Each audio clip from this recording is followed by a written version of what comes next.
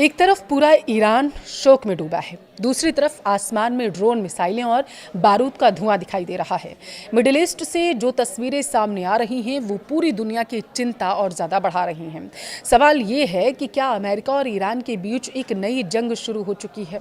अगर यह संघर्ष और बढ़ता है तो इसका असर सिर्फ मिडिल ईस्ट तक सीमित नहीं रहेगा, ये ध्यान दीजिएगा, बल्कि पूरी दुनिया की अर्थव्यवस्था, तेल की कीमतों, अंतर्राष्ट्रीय राजनीति पर भी पड़ेगा सीधा असर इसका। आइए समझते हैं कि आखिर पिछले 48 घंटे में ऐसा क्या हुआ है कि दुनिया एक बार फिर से युद्ध की आशंका से घिर चुकी है। वीडियो को लास्ट तक जरूर देखें, क्योंकि युद्ध भले ईरान और अमेरिका के बीच हो रहा हो, लेकिन इसका असर आपकी जेब पर भी पड़ेगा। नमस्कार, आपके साथ मैं पल्लवी रविंद्र सिंह। 60 दिन, जी हाँ, सिर्फ 60 दिन, पूरे 60 दिन बातचीत और कूटनीति के लिए तय किए गए थे।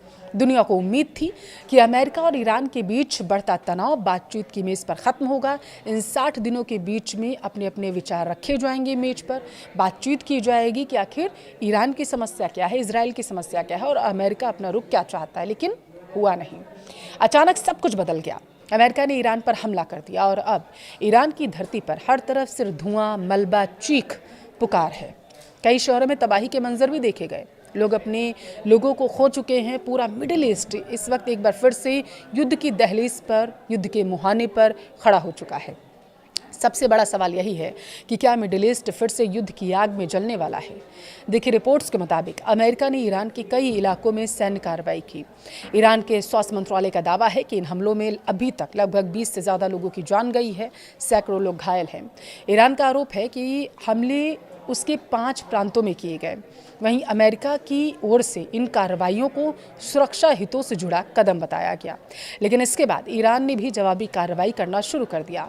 ईरानी सेना और इस्लामिक रेवोल्यूशनरी गार्ड कॉर्प्स यानी कि IRGC ने दावा किया है कि उन्होंने खाड़ी क्षेत्र में स्थित अमेरिकी सैन्य ठिकानों और रणनीतिक प्रतिष्ठानों को निशाना बनाते हुए बड़े पैमाने पर ड्रोन से हमले किए। IRGC ने साफ चेतावनी दी है कि अगर अमेरिका ने दोबारा हमला किया तो उसके सैन्य ठिकानों पर भी बड़े हमले किए जाएंगे, वो भी इतने घातक कि अमेरिका सोच में पड़ जाएगा। यानी अब दोनों देशों के बीच तनाव सिर्फ बयानबाजी तक सीमित नहीं है। ईरान के राष्ट्रपति मसूद पेजेश्कियन ने बेहद कड़ा बयान देते हुए कहा है, अमेरिकी राष्ट्रपति डोनाल्ड ट्रंप के हाथ बच्चों के खून से सन चुके हैं। यह बयान दिखाता है कि दोनों देशों के बीच तनाव किस तरीके से, किस स्तर पर पहुंचता हुआ नजर आ रहा है। अब बात करते हैं उस जगह के जिसका नाम इन दिनों सबसे ज़्यादा लिया गया, वो है स्ट्रेट ऑफ हॉर्मुज। यह दुनिया के सबसे महत्वपूर्ण समुद्री मार्गों में से ऐसा लग रहा है कि इस युद्ध में एक बन चुका है। दुनिया के कुल तेल व्यापार का बड़ा हिस्सा इसी रास्ते से क्योंकि होकर गुजरता है। अगर इस इलाके में युद्ध बढ़ता है या ईरान इस रास्ते को बंद कर देता है या कोशिश करता है या फिर अपनी पहरेदारी बढ़ा देता है तो पूरी दुनिया में तेल की कीमतों में भारा उछाल आ सकता है। भारत भी इससे अछूता नहीं रहेगा। भारत अपनी ज़रूरत का दरअसल एक बड़ा हिस्सा तेल आयात करता है और मिडिल ईस्ट उसके लिए बेहद अहम पॉइंट है। अगर तेल महंगा होता है तो पेट्रोल डीजल के दाम भी बढ़ेंगे, महंगाई बढ़ेगी और इसका असर आम आदमी की जेब पर पड़ेगा। और यही वजह है कि पूरी दुनिया इस संघर्ष पर नज़र बनाए हुए है। सोशल मीडिया पर कई लोग यह सवाल पूछ रहे हैं कि क्या यह तीसरे विश्व युद्ध की शुरुआत हो चुकी है। देखिए, फिलहाल ऐसा कहना जल्दबाजी होगी। अब ऐसा क्यों कह रहे हैं, समझिए। इतना ज़रूरी है कि अमेरिका और ईरान के बीच सीधा सैन्य टकराव पूरी दुनिया के लिए चिंता का विषय बन चुका है। मिडिल ईस्ट पहले ही कई संघर्षों से जूझ रहा है। अगर यह युद्ध और फैलता है तो दूसरे देश भी इसमें शामिल हो सकते हैं और हालात ज़्यादा गंभीर हो सकते हैं। संयुक्त राष्ट्र समेत कई देशों ने दोनों पक्षों से संयम बरतने की अपील की, लेकिन सवाल तो ये है कि क्या दोनों देश पीछे हटेंगे या फिर आने वाले दिनों में और बड़े हमले देखने को मिलेंगे। देखिए, फिलहाल रिपोर्ट्स के मुताबिक दोनों देशों के बीच तनाव कम करने बातचीत के लिए एक समय सीमा तय की गई थी। दुनिया के कई देश उम्मीद कर रहे थे कि यह संकट बातचीत से सुलझ जाएगा, लेकिन इस बीच अमेरिकी हमले ने सारी उम्मीदों को एक झटके में अलग कर दिया, हटा दिया है। अब ईरान का ये कहना है कि युद्ध विराम और बातचीत की भावनाओं के बीच में हमला करना अंतर्राष्ट्रीय भरोसे के खिलाफ है, अंतर्राष्ट्रीय कानून के खिलाफ है। अमेरिका अपने कदम को सुरक्षा और रणनीतिक जरूरत भले ही बता रहा हो, लेकिन सवाल ये है कि अगर बातचीत का रास्ता खुला था तो फिर हमला क्यों किया गया।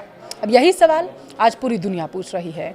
हमले के बाद ईरान के कई इलाकों से जो तस्वीरें सामने आई वो बेहद डरावने वाली हैं, हैरान करने वाली हैं। कहीं इमारतें मलबे में बदल चुकी हैं, कहीं एम्बुलेंस लगातार घायलों को अस्पताल पहुंचाने में लगी हुई है और हर तरफ सिर्फ सायरन की आवाज़ सुनाई दे रही है। कहीं लोग अपने लापता परिवार वालों को खोज रहे हैं, चीख पुकार मची है। ईरानी स्वास्थ्य मंत्रालय का दावा है कि इस हमले में कई लोगों की जान गई है और दर्जनों लोग घायल हैं। अब सोचिए जरा, जब एक देश पहले से राजनीतिक और आर्थिक दबाव झेल रहा हो, तब इस तरीके का हमला वहां के आम लोगों की जिंदगी को कितना प्रभावित करता होगा।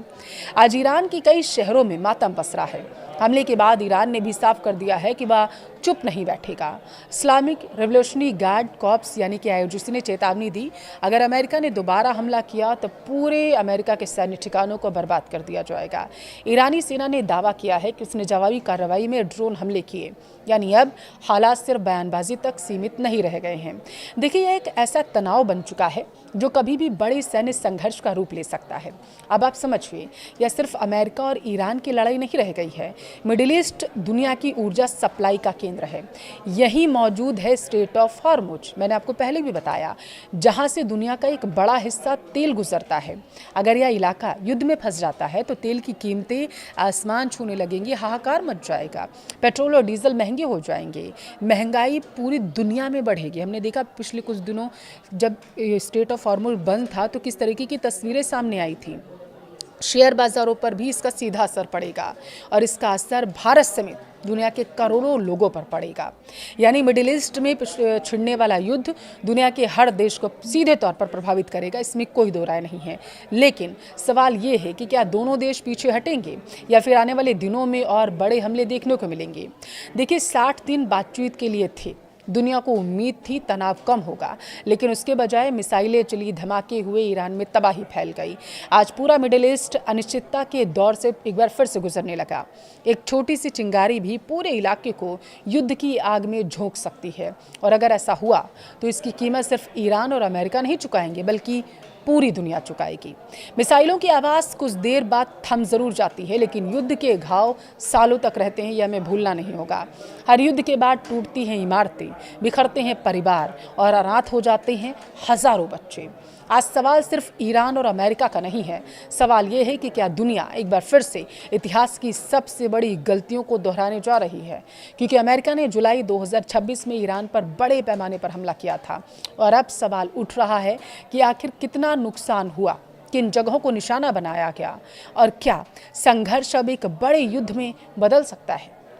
अमेरिकी सेंट्रल कमांड यानी कि सेंटकॉम के मुताबिक अमेरिकी सेना ने ईरान में 80 से ज़्यादा लक्ष्यों पर सटीक हमले किए हैं। हालांकि ईरान ने कहा कि 90 से ज़्यादा जगहों पर हमला किया गया।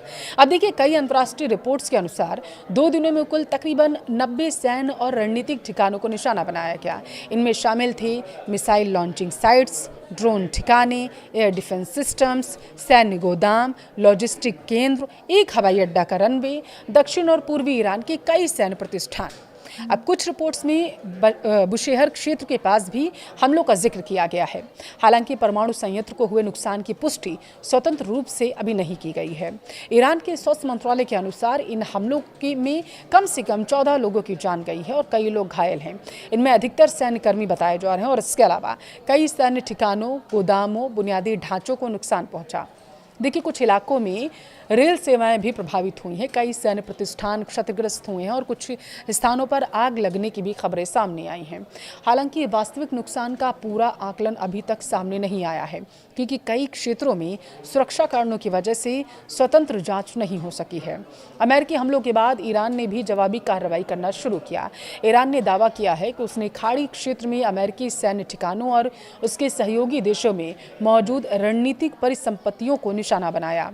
कुवैत, बहरीन, कतर, जॉर्डन में मिसाइल और ड्रोन अलर्ट जारी किया गया।